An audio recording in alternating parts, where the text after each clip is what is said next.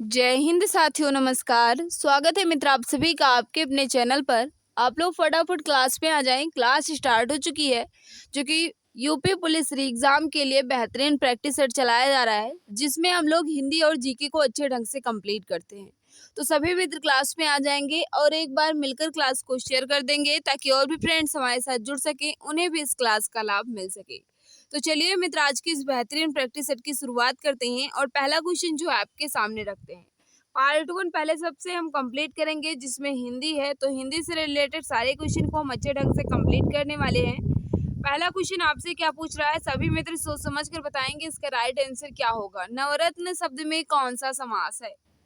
नवरत्न शब्द में कौन सा समास है, यह आपसे पूछ रहा है। बताइएगा क्वेश्चन नंबर फर्स्ट का राइट आंसर क्या हो जाएगा। तो याद रखना, इसका जो राइट आंसर हो जाएगा नवरत्न में द्विगु समास हो जाएगा। जो भी भाई बहन हमारे बता रहे हैं, ऑप्शन नंबर ये बिल्कुल परफेक्ट हो जाएगा। नवरत्न में द्विगु समास होगा। इसमें प्रथम पद जो है ये संख्यावाची है। अगर हम इसका समास विग्रह करेंगे मित्र, तो हो जाएगा नौ रत्नों का समूह। क्या हो जाएगा? नौ रत्नों का समूह इसका समास विग्रह होगा। और इसमें कौन सा समास हो जाएगा? द्विगु समास होगा, जो कि ऑप्शन नंबर ये में दिया गया है। तो जो भी भाई बहन जो भी मित्र बता रहे हैं, ऑप्शन नंबर ये बिल्कुल सही हो जाएगा। नेक्स्ट क्वेश्चन आपके सामने, क्वेश्चन नंबर 2 आपसे क्या पूछ रहा है। ईश्वर के उच्चारण में जीव का कौन सा भाग आवश्यक है? ईश्वर के उच्चारण में जीव का कौन सा भाग आवश्यक है, यह आपसे पूछ रहा है। क्वेश्चन नंबर 2 का बता देंगे, राइट आंसर क्या हो जाएगा। तो याद रखना, इसका जो राइट आंसर हो जाएगा, जीव के तौर पर देखा जाए तो जीव के तौर पर 3 प्रकार के उच्चारण स्थान होते हैं, अग्रभाग, मध्य भाग और पश्च भाग। जिसमें ई जो है मित्र, ये किस में आता है? अग्रभाग में आता है। ई और ए ई और ए जो है मित्र, इनका उच्चारण जो है ये अग्रभाग से होता है। मध्य भाग से केवल आ होता है, यानी छोटा आ होता है केवल। और पश्च भाग से बड़ा आ होता है, उ होता है, ओ और आओ होता है। तो यहाँ क्या पूछा गया था, ई स्वर का उच्चारण जीभ के कौन से भाग से होता है? तो याद रखना, अग्र भाग से होता है। ई और ए जो है, इसका उच्चारण अग्र भाग से होता है। तो राइट आंसर हो जाएगा ऑप्शन नंबर ये। तो जो भी भाई बहन जो भी मित्र हमारे बता रहे, ऑप्शन नंबर ये बिल्कुल परफेक्ट हो जाएगा। क्वेश्चन नंबर 3 आपसे क्या पूछ रहा है, इसका राइट आंसर आपको बताना है। क्या पूछ रहा है? छोटी, हल्की, गोल और किनारेदार थाली दिखाओ। वाक्य में अपेक्षित है। वाक्य में कौन सा विराम और कितना अपेक्षित है, यह आपसे पूछ रहा है। बता दो मित्र, इसका राइट आंसर क्या हो जाएगा। सभी मित्र सोच समझकर बताएंगे इसका राइट आंसर क्या होगा। तो याद रखना, इसका जो राइट आंसर हो जाएगा, छोटी, उसके बाद अल्प विराम लगेगा, हल्की, उसके बाद फिर अल्प विराम लगेगा, गोल और किनारे थाली दिखाओ, यहाँ पूर्ण विराम लगेगा। तो बात करें मित्र, इसमें कौन सा हो जाएगा? 2 अल्प विराम होगा और एक पूर्ण विराम होगा। 2 अल्प विराम होगा और एक पूर्ण विराम होगा, जो कि ऑप्शन नंबर सी में दिया गया है। छोटी, हल्की, गोल और किनारे थाली दिखाओ, इसमें 2 अल्प विराम है और एक पूर्ण विराम है। तो right answer option number C बिल्कुल सही हो जाएगा। नेक्स्ट आपके सामने क्वेश्चन नंबर 4 है। फटाफट बता देंगे इसका राइट आंसर क्या होगा। मरने के लिए तैयार हो जाना अर्थ देने वाला मुहावरा है। मरने के लिए तैयार हो जाने वाला के लिए एक मुहावरा आपको बताना है। फटाफट बता देंगे इसका राइट आंसर क्या होगा। मरने के लिए तैयार हो जाना अर्थ को देने वाला मुहावरा जो होता है, सिर पर कफन बांध लेना। सिर पर कफन बांध लेना, इस मुहावरे का उचित अर्थ जो होता है, ये मरने के लिए तैयार हो जाना होता है। ऑप्शन नंबर सी हमारे सभी भाई बहन बिल्कुल सही बता रहे हो। नेक्स्ट आपके सामने क्वेश्चन नंबर 5 है। क्या पूछ रहा है? एक शब्द तत्सम नहीं है, यानी तद्भव शब्द का चयन करना है। क्वेश्चन नंबर 5 को बता देंगे, राइट आंसर क्या हो जाएगा। याद रखना, इसका जो राइट आंसर हो जाएगा, तत्सम नहीं है, यानी तद्भव पूछ रहा है। तो याद रखना, तेल जो है ये तद्भव है। तेल का तत्सम जो है ये तेल होता है, लेकिन इसका तद्भव दिया गया है तेल। बिल्कुल सही बता रहे हो, ऑप्शन नंबर बी वाले हमारे बिल्कुल सही हो जाएंगे। जो भी भाई बहन बता रहे हैं, ऑप्शन नंबर बी बिल्कुल सही हो जाएगा। नेक्स्ट आपके सामने है, एक की वर्तनी शुद्ध है। शुद्ध वर्तनी का चयन करना है। क्वेश्चन नंबर 6 का बता देंगे, राइट आंसर क्या हो जाएगा। सभी मित्र सोच समझकर इसका राइट आंसर देंगे। तो याद रखना अनानास की वर्तनी जो है ये बिल्कुल परफेक्ट लिखी गई है। जो भी भाई बहन बता रहे हैं कि अनानास की वर्तनी जो है बिल्कुल सही है, बिल्कुल सही बता रहे हो है। ऑप्शन नंबर वाले ये वाले बिल्कुल सही हो जाएंगे। नेक्स्ट आपके सामने है भाग का पर्यायवाची नहीं है। भाग का पर्यायवाची नहीं है यह आपसे पूछ रहा है। तो भाग्य का पर्यायवाची जो है ये कौन सा नहीं है, तो नियति जो है ये बिल्कुल भी नहीं है। नियति का अर्थ होता है आदत। क्या होता है? आदत होता है, ये भाग्य का नहीं है। ऑप्शन क्या होगा? बी यहाँ बिल्कुल परफेक्ट हो जाएगा। नेक्स्ट क्वेश्चन आपके सामने है। क्वेश्चन नंबर 8 आपसे क्या पूछ रहा है? एक में तालव्य ध्वनि का प्रयोग हुआ है। एक में तालव्य ध्वनि का प्रयोग हुआ है, उस शब्द का चयन करना है। पापा, बाबा, मामा और चाचा, इसमें किस ध्वनि में तालव्य ध्वनि का प्रयोग हुआ है, यह आपसे पूछ रहा है।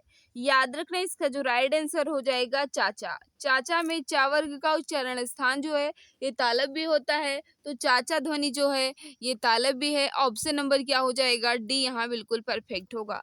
नेक्स्ट आपके सामने इनमें से एक का अर्थ ऐतराज है। इनमें से एक का अर्थ ऐतराज है, यह आपसे पूछ रहा है। क्वेश्चन नंबर 9 का बता देंगे राइट आंसर क्या होगा।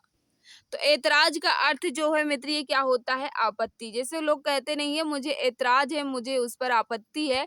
राइट आंसर हो जाएगा ऑप्शन नंबर डी। जो भी भाई बहन जो भी मित्र बता रहे हैं आपत्ति बिल्कुल सही बता रहे हो, डी ऑप्शन बिल्कुल परफेक्ट हो जाएगा। क्वेश्चन नंबर 10 आपके सामने है। बहुवचन की दृष्टि से एक वाक्य शुद्ध है। शुद्ध वाक्य का चयन करना है। क्वेश्चन नंबर 10 का बता देंगे राइट आंसर क्या हो जाएगा। तो याद रखना चिड़िया उड़ गई, ऑप्शन नंबर डी जो है ये बहुवचन में प्रयोग करके लिखा गया है, तो right answer option number D वाले हमारे सभी मित्र बिल्कुल सही हो जाएंगे। नेक्स्ट आपके सामने है निम्नलिखित में से एक सूर्य का पर्यायवाची है। 4 शब्द आपके सामने दे दिए गए हैं, इनमें पूछ रहा है कौन सा शब्द है जो सूर्य का पर्यायवाची है। फटाफट बता देंगे। क्वेश्चन नंबर 11 का राइट आंसर क्या होगा। तो याद रखना सूर्य का पर्यायवाची जो है ये अर्क होता है। क्या होता है मित्र? अर्क होता है। बहुत सारे पर्यायवाची सूर्य के हो सकते हैं, जैसे बात करें मर्तंड भी होता है, अंशुमाल भी होता है, सूरज भी होता है, रवि भी होता है, भानु, भास्कर, ये सब किसके होते हैं? सूर्य के पर्यायवाची होते हैं। लेकिन दिए गए ऑप्शन के तौर पर देखा जाए तो अर्क जो है ये सूर्य का पर्यायवाची हो जाएगा। ऑप्शन नंबर सी यहाँ बिल्कुल परफेक्ट होगा। नेक्स्ट आपके सामने क्वेश्चन नंबर 12 है। विलोम की दृष्टि से एक युग्म अशुद्ध है। अशुद्ध युग्म का चयन करना है। क्वेश्चन नंबर 12 का बता देंगे राइट आंसर क्या होगा। तो याद रखना गमन का आगमन, निषिद्ध का विहित, आमिष का सामिष। आमिष का सामिष नहीं होता है मित्र, आमिष का निरामिष होता है। क्या होता है? आमिष का निरामिष होता है, सामिष बिल्कुल भी नहीं होता है। तो यही राइट आंसर हो जाएगा। ऑप्शन नंबर सी यहाँ बिल्कुल परफेक्ट होगा, क्योंकि आपसे पूछ रहा था कौन सा अशुद्ध है। ब्यास का समास होता है, बिल्कुल सही लिखा गया है, लेकिन आमिष का सामिष नहीं, निरामिष होता है। नेक्स्ट आपके सामने क्वेश्चन नंबर 13, इसका राइट आंसर आपको बताना है। एक वाक्य में अपादान कारक का प्रयोग हुआ है। 4 वाक्य आपके सामने लिखे गए हैं, इनमें पूछ रहा है किस वाक्य में अपादान कारक का प्रयोग हुआ है। फटाफट बता दो कि इसका राइट आंसर क्या होगा। तो लड़का बाजार से लौटा, लड़का बाजार से लौटा, यहाँ अलगाव की स्थिति पैदा हो रही है, तो इसलिए यहाँ right answer option number D यहाँ बिल्कुल सही हो जाएगा। जहाँ अलग होने का भाव होता है वहाँ अपादान कारक होता है। तो लड़का जो है ये बाजार से लौट रहा है, यानी बाजार से अलग हो रहा है, तो यहाँ अपादान कारक हो जाएगा। ऑप्शन नंबर डी यहाँ बिल्कुल परफेक्ट होगा। नेक्स्ट आपके सामने वर्वय छंद है। वर्वय छंद जो है ये कैसा है? सममात्रिक है, अर्ध सममात्रिक है, विषम मात्रिक है, अर्ध विषम मात्रिक है। याद रखना भाई इसका जो राइट आंसर हो जाएगा वर्वय जो है ये अर्ध सममात्रिक छंद है, यानी ऑप्शन नंबर बी बिल्कुल परफेक्ट हो जाएगा। जो भी भाई बहन हमारे बता रहे हैं ऑप्शन नंबर बी बिल्कुल सही होगा। वर्वय में 4 चरण होते हैं मित्र। बात करें पहले और तीसरे चरण में कितनी मात्राएं होती हैं? पहले और तीसरे में 12-12 होती हैं, दूसरे और चौथे में 7-7 होती हैं। तो राइट आंसर हो जाएगा ऑप्शन नंबर बी अर्ध सममात्रिक छंद है। ऑप्शन नंबर बी वाले हमारे सभी भाई बहन बिल्कुल सही होंगे। लिंग की दृष्टि से एक वाक्य शुद्ध है। लिंग की दृष्टि से कौन सा वाक्य जो है ये शुद्ध लिखा गया है? चाय फीका है, दही खट्टा है, चांदी सोने से कम महंगा है, मिश्री मीठा है। चाय फीकी है, चाय फीकी है, इस तरह होता तो सही हो जाता। चांदी सोने से महंगी है, यह होता तो सही हो जाता, मिश्री मीठी है होता तो सही हो जाता, लेकिन दही खट्टा है।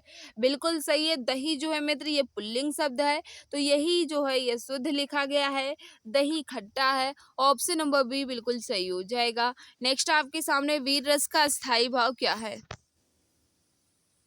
वीर रस का अस्थाई भाव आपसे पूछ रहा है, याद रखना इसका जो राइट आंसर हो जाएगा उत्साह। वीर रस का अस्थाई भाव जो ये उत्साह होता है, जो कि ऑप्शन नंबर डी में दिया गया है। तो जो भी भाई बहन बता रहे हैं ऑप्शन नंबर डी बिल्कुल सही हो जाएगा। क्वेश्चन नंबर 17 आपके सामने, इसका राइट आंसर बताइएगा। राम ने रोटी नहीं खा राम रोटी नहीं खाता है, इस वाक्य का कर्म वाच्य रूप है। कर्मवाच्य रूप आपसे पूछ रहा है, ऑप्शन 2 यहाँ लिखे गए हैं, 2 ऑप्शन उधर लिखे हैं। कर्मवाच्य नहीं, यहाँ भाववाच्य कर लीजिएगा तभी ऑप्शन में होगा। भाववाच्य मानकर आंसर दीजिएगा। 2 ऑप्शन यहाँ है और हम आपको और 2 ऑप्शन आपके सामने लिखे गए हैं। तो यहाँ क्या हो जाएगा, राम से रोटी नहीं खाई जाती। ऑप्शन नंबर डी वाले हमारे सभी भाई बहन बिल्कुल सही होंगे। रामदूत अतुलित बलिधामा, इनमें कितनी मात्राएं हैं? रामदूत अतुलित बलिधामा, इसमें कितनी मात्राएं हैं यह आपसे पूछ रहा है। क्वेश्चन 18। तो हम मात्रा को गिन लेते हैं। 2 1 2 1 1 1 1 1 1 1 2 2, यानी कितनी? 2 2 4 2 6 2 8 2 12 14 और 16 मात्राएं हैं। राइट आंसर हो जाएगा कितनी मात्राएं हैं? 16 हैं, जो कि ये चौपाई होगा। Right answer option number D यहाँ बिल्कुल परफेक्ट होगा। जो भी भाई बहन जो भी मित्र हमारे बता रहे, 16 बिल्कुल सही हो जाएगा। मोहन ने पढ़ा, इस वाक्य में संदिग्ध भूतकाल में होगा।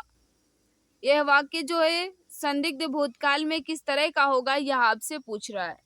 क्वेश्चन 19 का बता देंगे राइट आंसर क्या होगा।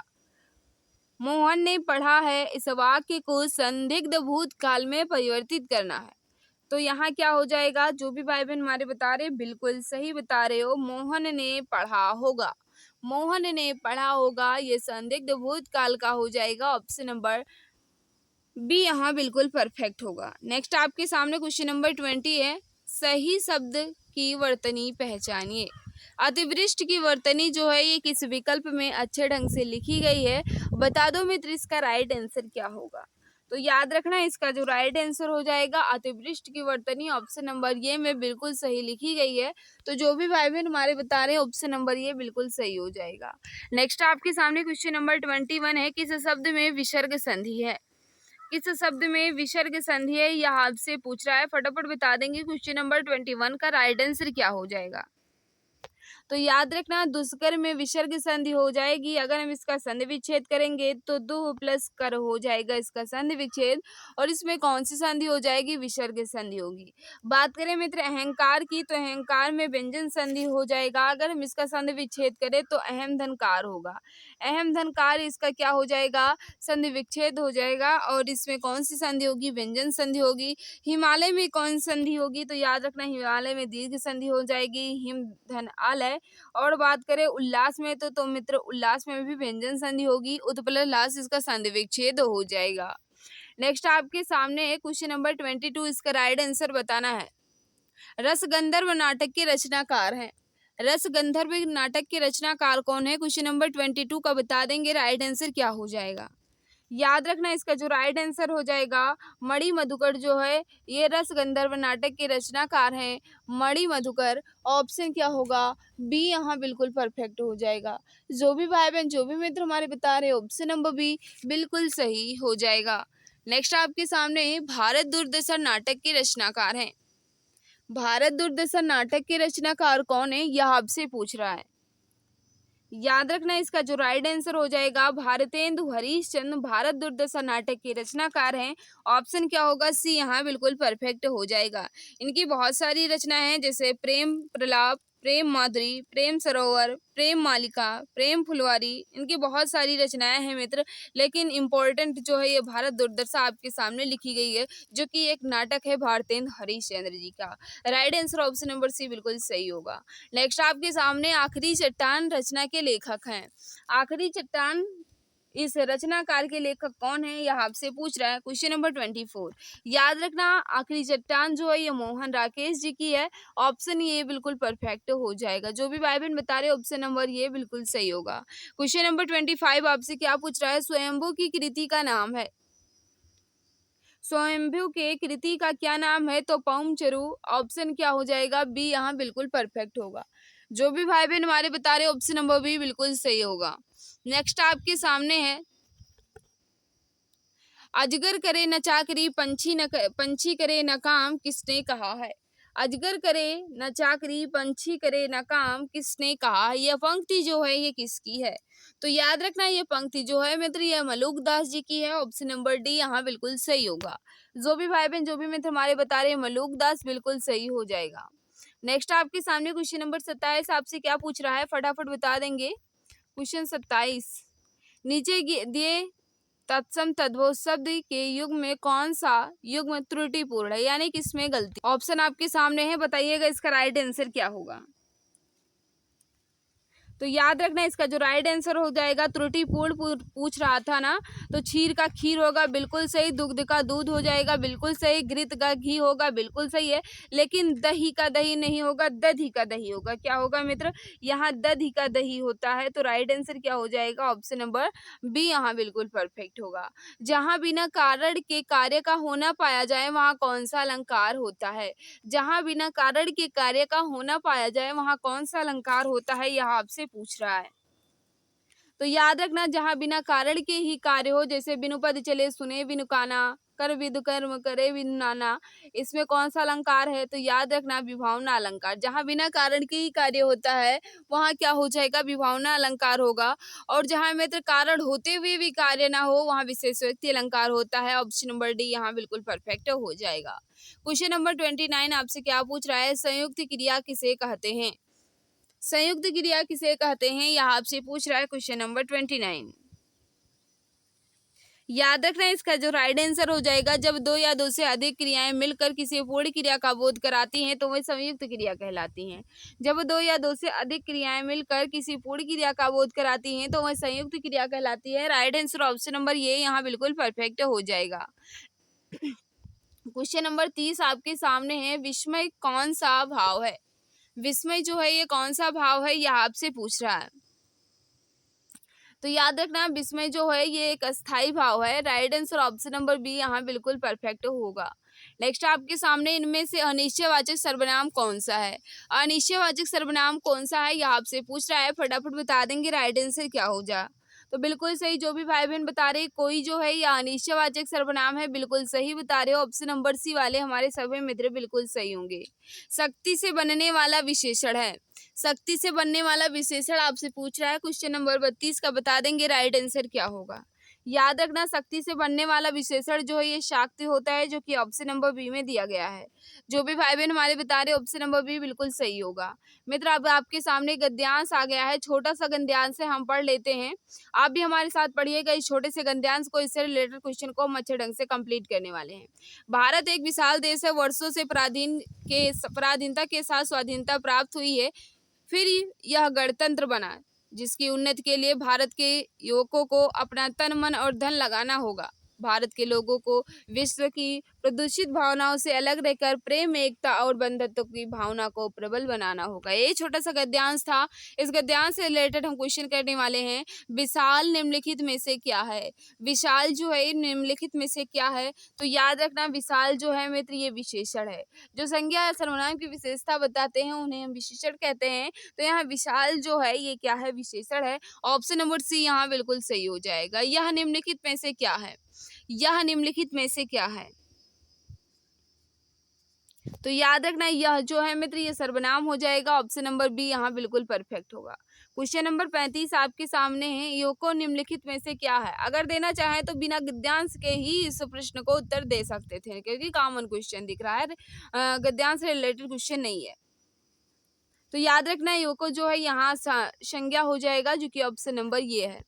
नेक्स्ट आपके सामने है, सबल बनाना होगा वाक्य है। सबल बनाना होगा ये कैसा वाक्य है।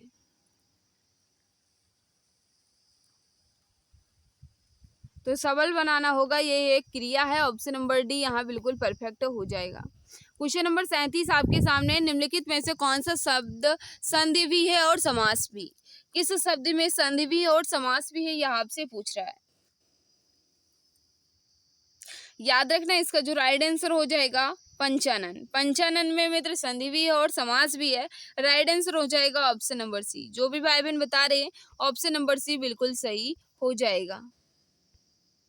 यहाँ मैंने 37 क्वेश्चन हिंदी के अच्छे ढंग से कंप्लीट कर लिया है। 37 क्वेश्चन में आपका स्कोर कितना रहा हिंदी में जरूर बताना। अब हम बढ़ते हैं जीके यानी पार्ट 2 की तरफ, लेकिन उससे पहले हम आपसे रिक्वेस्ट करना चाहेंगे, क्लास आपको अच्छी लग रही है तो प्लीज़ क्लास को लाइक कर दो, और जो भी प्यारे भाई बहन जो भी मित्र हमारे साथ नए हैं वह चैनल को सब्सक्राइब कर बेल आइकन को प्रेस कर लें ताकि क्लास की नोटिफिकेशन टाइम टू टाइम मिलती रहे। मित्र, हम आपको बताना चाहेंगे, अगर आप यूपी पुलिस री एग्जाम की तैयारी कर रहे हो तो ये रामबाण ई बुक आपके लिए रामबाण साबित होने वाली है, जिसमें यूपी पुलिस के फुल सिलेबस के साथ साथ अच्छे क्वेश्चन दिए गए हैं। जैसे यूपी पुलिस के जीके और यूपी जीके को अच्छे ढंग से कंप्लीट किया गया है। हिंदी, मैथ और रीजनिंग के सारे कंसेप्ट और सारे क्वेश्चन जो है अच्छे ढंग से समझाए गए हैं। मात्र 39 रुपये में आप इसे अभी परचेज कर सकते हो। 60% का डिस्काउंट चल रहा है। 49 में नहीं, मात्र 39 रुपये में आप इसे ले सकते हो। और अधिक जानकारी के लिए मित्र दिए गए व्हाट्सएप नंबर 89 48 66 76 52 पर मैसेज कर जानकारी प्राप्त कर सकते हो, और मात्र 39 रुपये में आप इस रामबाण ई बुक को ले सकते हो। तो चलिए अब हम जीके के क्वेश्चन को अच्छे ढंग से कंप्लीट कर लेते हैं। अब बढ़ रहे हैं हम पार्ट 2 की तरफ, जिसमें हम सामान्य ज्ञान से संबंधित सभी महत्वपूर्ण प्रश्नों को कवर करने वाले हैं। पहला क्वेश्चन जो है क्वेश्चन नंबर 38 से स्टार्ट है। देश का पहला मंदिर संग्रहालय किस राज्य में बनाया जाएगा? देश का पहला मंदिर संग्रहालय किस राज्य में बनाया जाएगा, यह आपसे पूछ रहा है। फटाफट बता देंगे इसका राइट आंसर क्या हो जाएगा। क्वेश्चन नंबर 38 का जो राइट आंसर हो जाएगा अयोध्या, उत्तर प्रदेश में पहला मंदिर संग्रहालय बनाया जाएगा। ऑप्शन नंबर ये यहाँ बिल्कुल सही होगा। नेक्स्ट आपके सामने, भारत सरकार द्वारा सिकल सेल एनीमिया उन्मूलन मिशन का लक्ष्य किस वर्ष तक सुनिश्चित किया है? सिकल सेल एनीमिया उन्मूलन मिशन का लक्ष्य किस वर्ष तक किया है, यह आपसे पूछ रहा है। क्वेश्चन नंबर 39 का बता देंगे राइट आंसर क्या होगा। तो जो भी भाई बहन बता रहे हैं 2047 तक बिल्कुल सही बता रहे हो। ऑप्शन नंबर ये यहाँ बिल्कुल परफेक्ट हो जाएगा। नेक्स्ट आपके सामने, दक्षिण एशिया में पहला सेंटर फॉर स्पीच सर्वाइवल किस देश में किया जाएगा? क्वेश्चन नंबर 40 का जो राइट आंसर हो जाएगा अपने प्यारे से भारत में। ऑप्शन नंबर क्या होगा? डी यहाँ बिल्कुल परफेक्ट हो जाएगा। नेक्स्ट आपके सामने क्वेश्चन नंबर 41, इसका राइट आंसर आपको बताना है। क्या पूछ रहा है? जलवायु परिवर्तन रोकथाम के क्षेत्र में योगदान के लिए किसे नीदरलैंड में विज्ञान के सर्वोच्च पुरस्कार स्पिनोजा पुरस्कार से सम्मानित किया गया? स्पिनोजा पुरस्कार से किसे सम्मानित किया गया, जो कि नीदरलैंड का है? तो याद रखना, इसका जो राइट आंसर हो जाएगा, जो भी भाई बहन हमारे बता रहे हैं, डॉक्टर ज्वेता गुप्ता बिल्कुल सही बता रहे हो। ऑप्शन नंबर सी वाले बिल्कुल सही हो जाएंगे। नेक्स्ट आपके सामने क्वेश्चन नंबर 42, इसका राइट आंसर आपको बताना है। 42 वाले हमारे सभी भाई बहन बता देंगे। 8वें ब्रिक्स अंतर्राष्ट्रीय प्रतिस्पर्धा सम्मेलन का आयोजन किस शहर में किया गया? 8वें ब्रिक्स अंतर्राष्ट्रीय प्रतिस्पर्धा सम्मेलन का आयोजन किस शहर में किया गया? याद रखना, इसका जो राइट आंसर हो जाएगा अपने राजधानी नई दिल्ली में। ऑप्शन नंबर ये वाले हमारे सभी मित्र बिल्कुल सही हो जाएंगे। जो भी भाई बहन हमारे बता रहे, ऑप्शन नंबर ये बिल्कुल परफेक्ट हो जाएगा। नेक्स्ट आपके सामने, निम्नलिखित में कौन सा ताल वाद्य नहीं है? निम्नलिखित में से कौन सा ताल वाद्य नहीं है, यह आपसे पूछ रहा है। बता देंगे इसका राइट आंसर क्या होगा। याद रखना, इसका जो राइट आंसर हो जाएगा सरोद। ऑप्शन नंबर डी यहाँ बिल्कुल परफेक्ट होगा। नेक्स्ट आपके सामने है, विश्व स्वास्थ्य दिवस कब मनाया जाता है? विश्व स्वास्थ्य दिवस जो है ये कब मनाया जाता है? क्वेश्चन 44। याद रखना, 7 अप्रैल को विश्व स्वास्थ्य दिवस के रूप में मनाया जाता है, जो कि ऑप्शन नंबर डी में है। तो जो भी भाई बहन हमारे बता रहे हैं, ऑप्शन नंबर डी 7 अप्रैल को विश्व स्वास्थ्य दिवस के रूप में मनाया जाता है। और याद रखना 7 मार्च को जन औषधि दिवस के रूप में मनाया जाता है। 7 अगस्त को हथकरघा दिवस यानी राष्ट्रीय हथकरघा दिवस के रूप में मनाया जाता है। ये भी आपको याद रखना है। तो राइट आंसर क्या हो जाएगा? विश्व स्वास्थ्य दिवस 7 अप्रैल, जो कि ऑप्शन नंबर डी में दिया गया है। नेक्स्ट आपके सामने क्वेश्चन नंबर 45, इसका राइट आंसर आपको बताना है। अनब्रेकेबल एंड ऑटोबायोग्राफी पुस्तक किसने लिखी है? अनब्रेकेबल एंड ऑटोबायोग्राफी पुस्तक किसने लिखी है? याद रखना इसका जो राइट आंसर हो जाएगा मैरी कॉम ने। ऑप्शन क्या होगा? बी यहाँ बिल्कुल परफेक्ट हो जाएगा। नेक्स्ट आपके सामने फीफा का पूर्ण रूप है। फीफा का पूर्ण रूप आपसे पूछ रहा है, फटाफट बता देंगे इसका राइट आंसर क्या होगा। तो याद रखना इसका जो राइट आंसर हो जाएगा, जो भी भाई बहन हमारे बता रहे हैं बिल्कुल सही बता रहे हो, federation international day football association, यानी ऑप्शन नंबर बी यहाँ बिल्कुल परफेक्ट हो जाएगा। नेक्स्ट आपके सामने निम्नलिखित में से कौन सी नृत्य शैली हरियाणा से संबंधित है? निम्नलिखित में से कौन सी नृत्य शैली जो है ये हरियाणा से संबंधित है, यह आपसे पूछ रहा है। याद रखना इसका जो राइट आंसर हो जाएगा फॉग। फॉग जो है ये हरियाणा से संबंधित है। ऑप्शन क्या होगा? डी यहाँ बिल्कुल परफेक्ट हो जाएगा। कंचनजंगा बायोस्फीयर रिजर्व निम्नलिखित में से किस राज्य में स्थित है? कंचनजंगा बायोस्फीयर रिजर्व निम्नलिखित में से किस राज्य में स्थित है, यह आपसे पूछ रहा है। तो याद रखना सिक्किम में। सिक्किम इसका राइट आंसर हो जाएगा। ऑप्शन नंबर बी यहाँ बिल्कुल परफेक्ट होगा। नेक्स्ट आपके सामने क्वेश्चन नंबर 49, इसका राइट आंसर आपको बताना है। क्वेश्चन नंबर 49 का सभी मित्र सोच समझ कर आंसर देंगे। गुप्त काल का टेराकोटा यानी पक्की मिट्टी की ईंट से बना भीतर गांव मंदिर उत्तर प्रदेश के में फिर खाली स्थान दिया गया है में स्थित है। यानी भीतर गांव का मंदिर जो है ये भारत के किस राज्य और किस जिले में है, ये भी आपको बताना है। फटाफट बता देंगे इसका राइट आंसर क्या हो जाएगा। ये पक्की ईंटों से मात्र एक लौता बना हुआ था मंदिर। तो इसका जो राइट आंसर हो जाएगा उत्तर प्रदेश के कानपुर में है। Right answer option number B यहाँ बिल्कुल परफेक्ट होगा। जो भी भाई बहन हमारे बता रहे हैं ऑप्शन नंबर बी बिल्कुल सही बता रहे हो। नेक्स्ट आपके सामने क्वेश्चन नंबर 50। क्वेश्चन नंबर 50 आपके सामने, उत्तर प्रदेश में आंवले का सर्वाधिक उत्पादन करने वाला जिला। उत्तर प्रदेश में सबसे ज्यादा आंवला जो है ये कहाँ होता है? तो याद रखना उत्तर प्रदेश में सबसे ज्यादा आंवला जो है ये प्रतापगढ़ में होता है। कहाँ होता है? प्रतापगढ़ में होता है। ऑप्शन नंबर बी यहाँ बिल्कुल परफेक्ट होगा। जो भी भाई बहन जो भी मित्र हमारे बताएं प्रतापगढ़ बिल्कुल सही हो जाएगा। नेक्स्ट आपके सामने उत्तर प्रदेश का पारीछा बांध किस नदी पर अवस्थित है? तो याद रखना इसका जो राइट आंसर हो जाएगा, जो भी भाई बहन बता रहे हैं बेतवा नदी पर बिल्कुल सही बता रहे हो। कहाँ चला गया? बेतवा नदी बिल्कुल सही हो जाएगा। ऑप्शन नंबर क्या होगा? ये यहाँ बिल्कुल सही हो जाएगा। नेक्स्ट आपके सामने क्वेश्चन नंबर 52, सही सुमेलित नहीं है, यानी आपसे पूछ रहा है इनमें से कौन सा सुमेलित नहीं है। नहीं है की बात कर रहा है, फटाफट बता देंगे इसका राइट आंसर क्या हो जाएगा। विंध्याचल मिर्जापुर में है, बिल्कुल सही है। देवा शरीफ जो है विंध्याचल कहाँ है? मिर्जापुर में। देवा शरीफ जो है ये बाराबंकी में। हस्तिनापुर जो है ये मेरठ में। लेकिन श्रृंगेरपुर जो है ये फैजाबाद में नहीं है मित्र। तो ये कहाँ है? फैजाबाद में बिल्कुल भी नहीं है, ये प्रयागराज में है, या कहा जाए इलाहाबाद में है। तो यही इसका राइट आंसर हो जाएगा। श्रृंगेरपुर जो है मित्र ये फैजाबाद में नहीं बल्कि प्रयागराज या कहा जाए इलाहाबाद में है। Right answer option number D यहाँ बिल्कुल सही होगा। नेक्स्ट आपके सामने उत्तर प्रदेश का निम्न में से कौन सा सर्वाधिक बाढ़ प्रभावित है, यानी उत्तर प्रदेश में सबसे ज्यादा बाढ़ जो है ये कहाँ आती है, यह आपसे पूछ रहा है। फटाफट बता देंगे इसका राइट आंसर क्या हो जाएगा। याद रखना मित्र इसका जो राइट आंसर हो जाएगा पूर्वी क्षेत्र में। ऑप्शन क्या होगा? बी यहाँ बिल्कुल परफेक्ट हो जाएगा।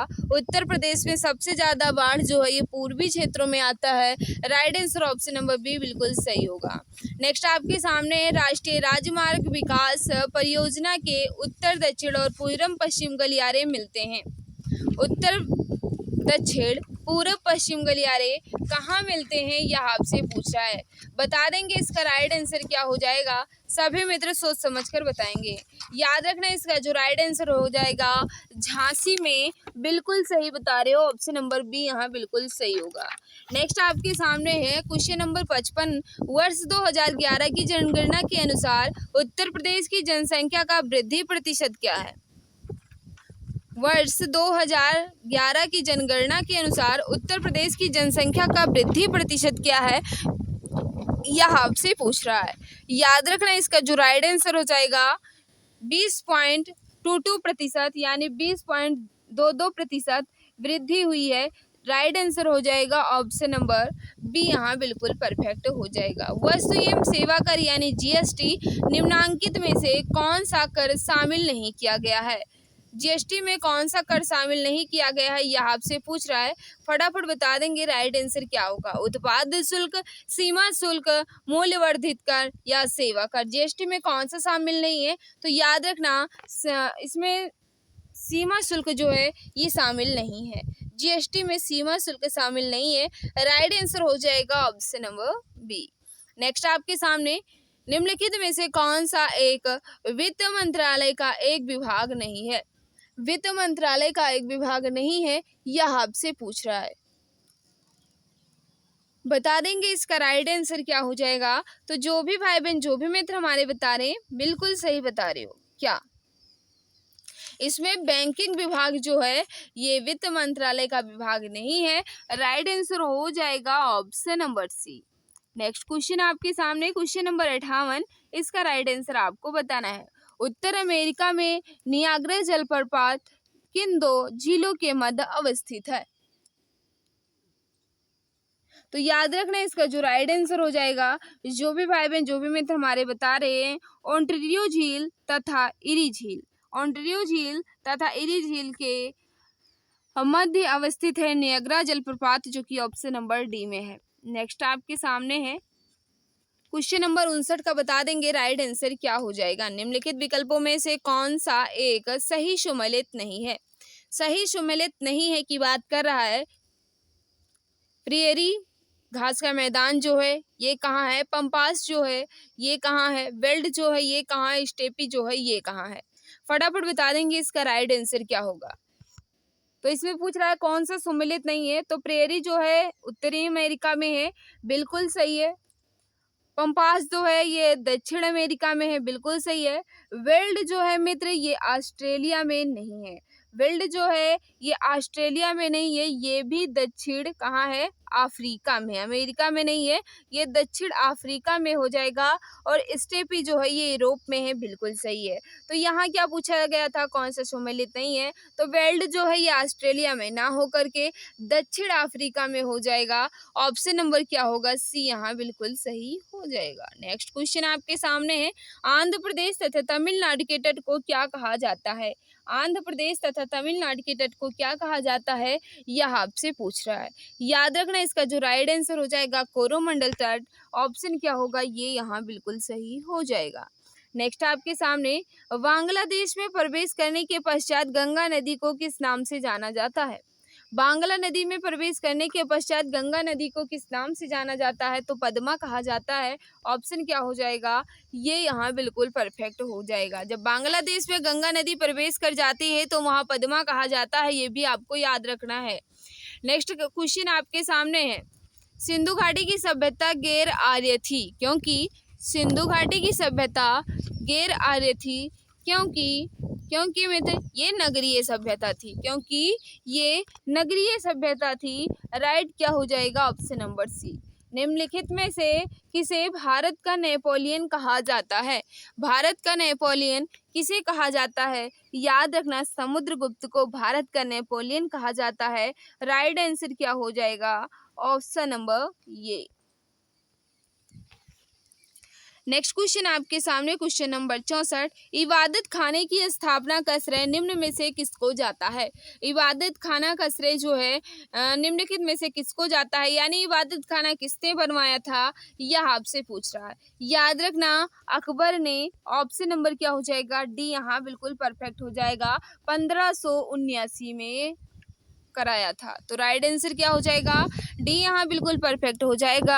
अकबर ने ही मित्रदास प्रथा पर रोक लगाया था 1562 में, तीर्थ यात्रा पर कर समाप्त किया था 1563 में, जजिया कर समाप्त किया था 1564 में, इबादत खाने की स्थापना की थी 1575 में, और मित्र बात करें मजहर की घोषणा की थी 1579 में। इबादत खाने के स्थापना जो है मित्र कब किया था, 1575 में किया था। शायद मैंने अभी कुछ देर पहले 79 बता दिया है, तो 79 जो है ये मजहर की घोषणा की थी, लेकिन इबादत खाने की स्थापना जो है ये 1575 में किया था।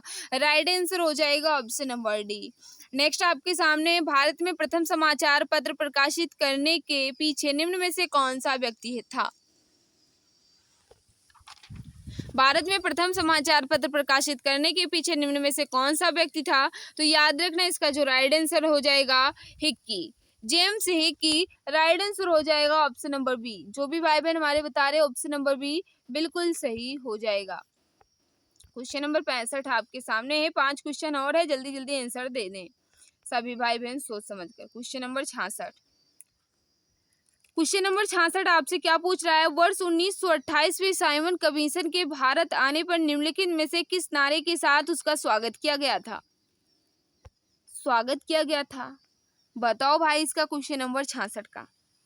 तो याद रखना साइमन कमीशन जो है ये कब आया, 1928 में। स्वागत इसका किस नारा के साथ किया गया था, तो साइमन कमीशन वापस जाओ, साइमन कमीशन वापस जाओ। राइट आंसर ऑप्शन नंबर क्या हो जाएगा, ऑप्शन नंबर ये। नेक्स्ट आपके सामने क्वेश्चन नंबर 67, इसका राइट आंसर बताना है, निम्नलिखित में से कौन सा विकल्प सही सम्मिलित नहीं है। विधि द्वारा स्थापित प्रक्रिया जापान से, राज्य के नीति निर्देशक तत्व आयरलैंड से, समवर्ती सूची ऑस्ट्रेलिया से, आपातकालीन शक्तियां ब्रिटेन से। कौन सा सही सम्मिलित नहीं है यह आपसे पूछ रहा है। याद रखना इसका जो राइट आंसर हो जाएगा, विधि द्वारा स्थापित प्रक्रिया जापान से लिया गया है, बिल्कुल सही है, लिया गया है जापान से ही। और मित्र बात करें राज्य के नीति निर्देशक तत्व जो है ये आयरलैंड से लिए गए हैं, बिल्कुल आयरलैंड से ही लिए गए हैं। समवर्ती सूची ऑस्ट्रेलिया से, तो ये भी बिल्कुल सही है। लेकिन आपातकालीन शक्तियां जो है ये ब्रिटेन से ना लेकर जर्मनी से लिया गया है। तो राइट आंसर क्या हो जाएगा, डी यहाँ बिल्कुल परफेक्ट हो जाएगा, क्योंकि आपसे पूछ रहा था सही सम्मिलित नहीं है, तो यहाँ ब्रिटेन ना होकर के जर्मनी हो जाएगा। ऑप्शन नंबर डी बिल्कुल सही होगा। क्वेश्चन नंबर 68 आपसे क्या पूछ रहा है, इसका राइट आंसर बताना है, सोच समझ कर सभी भाई बहन आंसर दें। भारतीय संविधान में वर्णित किस अनुच्छेद के अंतर्गत केंद्र शासित प्रदेशों के लिए एक उच्च न्यायालय का प्रावधान किया गया है। भारतीय संविधान में वर्णित किस अनुच्छेद के अंतर्गत केंद्र शासित प्रदेशों के लिए एक उच्च न्यायालय का प्रावधान किया गया है, यह आपसे पूछ रहा है। तो अनुच्छेद 241। Right answer option number C यहाँ बिल्कुल सही हो जाएगा। नेक्स्ट आपके सामने क्वेश्चन नंबर 69 है, एक क्वेश्चन आपके सामने है, बहुत ही इंपॉर्टेंट है। निम्नलिखित में से किस वाद के फैसले में सर्वोच्च न्यायालय ने सर्वप्रथम घोषित किया था कि उद्देशिका यानी प्रस्तावना संविधान का अंग नहीं है। तो याद रखना इसका जो राइट आंसर हो जाएगा बेरुबारी, ऑप्शन नंबर डी यहाँ बिल्कुल परफेक्ट होगा। नेक्स्ट आपके सामने क्वेश्चन नंबर 70, इसका राइट आंसर बताना है, निम्नलिखित में से कौन सा एक मौलिक कर्तव्य के अंतर्गत नहीं आता। मौलिक कर्तव्य के अंतर्गत नहीं आता, 70 का बता देंगे राइट आंसर क्या होगा। तो याद रखना इसका जो राइट आंसर हो जाएगा राष्ट्रीय महत्व के स्थानों तथा स्मारकों की सुरक्षा एवं संरक्षण जो है ये मौलिक कर्तव्य के अंतर्गत नहीं आता है। Right answer option number C यहाँ बिल्कुल सही होगा।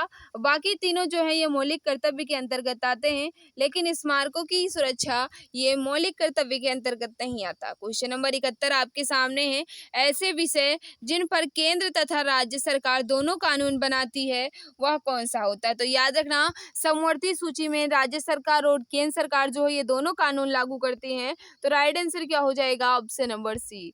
नेक्स्ट आपके सामने क्वेश्चन नंबर 72 है, निम्नलिखित में से कौन सा कोलाइड फॉर्म का एक उदाहरण है। कोलाइड फॉर्म का उदाहरण जो है ये क्या है, तो याद रखना स्पंज जो है, ऑप्शन नंबर सी यहाँ बिल्कुल परफेक्ट हो जाएगा। नेक्स्ट आपके सामने फूल के अंतरम भाग को कहा जाता है। फूल के अंतरम भाग को क्या कहा जाता है, तो याद रखना इसका जो राइट आंसर हो जाएगा, जो भी भाई बहन हमारे बता रहे हैं स्त्री के सर, बिल्कुल सही बता रहे हो। ऑप्शन नंबर डी यहाँ बिल्कुल परफेक्ट हो जाएगा। जो भी भाई बहन हमारे बता रहे हैं डी बिल्कुल सही होगा। नेक्स्ट क्वेश्चन आपके सामने है, क्वेश्चन नंबर 74 है, प्रतिदिन सुबह का कौन सा कार्य क्वांटम यांत्रिकी का हिस्सा है? प्रतिदिन सुबह का कौन सा कार्य क्वांटम यांत्रिकी का हिस्सा है? 74 का जो राइट आंसर हो जाएगा बिल्कुल सही बता रहे हैं। जो भी भाई बहन हमारे बता रहे हैं कि अलार्म की घड़ी का बजना, ऑप्शन नंबर सी यहाँ बिल्कुल सही हो जाएगा। जो भी भाई बहन बता रहे हैं अलार्म घड़ी का बजना बिल्कुल सही है। क्वेश्चन नंबर लास्ट आपके सामने है, क्वेश्चन नंबर 75। सोच समझ कर सभी मित्र आंसर देंगे। साधारण नमक का रासायनिक सूत्र क्या है? साधारण नमक का रासायनिक सूत्र आपसे पूछ रहा है। सभी मित्र सोच समझ कर बताओ इसका राइट आंसर क्या होगा। तो याद रखना इसका जो राइट आंसर हो जाएगा यानी Cl। साधारण नमक का रासायनिक सूत्र जो है ये यानी Cl हो जाएगा। राइट आंसर ऑप्शन नंबर क्या हो जाएगा? बी बिल्कुल सही होगा। जो भी भाई बहन बता रहे हैं बिल्कुल सही हो जाएगा। HCl का होता है हाइड्रोजन क्लोराइड। HCl का नाम क्या होता है? Hydrogen chloride. और KOH का पोटेशियम हाइड्रोक्साइड होता है। NaOH का क्या होता है मित्र? तो याद रखना सोडियम हाइड्रोक्साइड होता है। यहाँ आपसे क्या पूछ रहा था? साधारण नमक यानी क्या? यानी Cl। ऑप्शन क्या हो जाएगा? बी यहाँ बिल्कुल परफेक्ट होगा। तो मित्र यहाँ मैंने इस टेस्ट के 50% भाग को अच्छे ढंग से कंप्लीट कर लिया है। बाकी बचता है आपका रीजनिंग और मैथ जो कि सर के द्वारा कंप्लीट कराया जाएगा। आज के इस 75 क्वेश्चन में आपका स्कोर कितना रहा कमेंट बॉक्स में जरूर बताना। कहीं भी कोई डाउट है तो आप झिझक कमेंट कर पूछ सकते हैं, मैं जवाब देने की पूरी कोशिश करूंगी।